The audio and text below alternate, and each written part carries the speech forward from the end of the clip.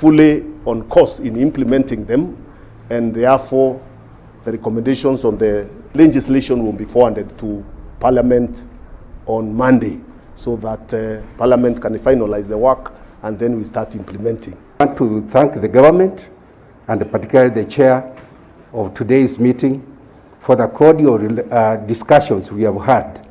And basically we have realized that there are quite a number of projects that the national government has started in our region, but most of them have stalled because of either follow-up or one problem or another. I want to emphasize that we have not come here for politics, but we have come here for development of Western region.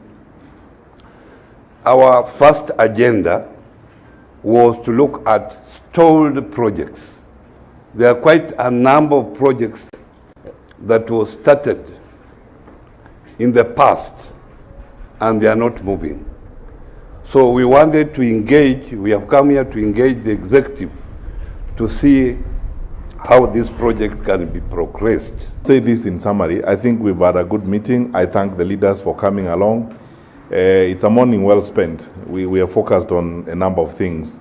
It is true, as the leaders say, that in some areas in the western region of our country, work has started. I mean, the contractor has moved to Kakamega airstrip from 5th of June. Work has started on some of the roads.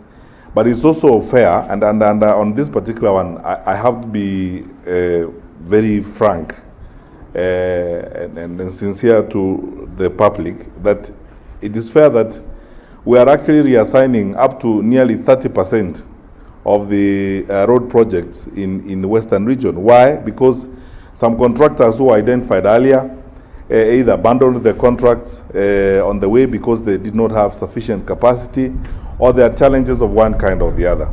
Funds are no longer the excuse, because it is true the Exchequer, our national treasury, released over 30 billion shillings in the last 2 weeks alone to pay up pending bills in particularly the road construction sector.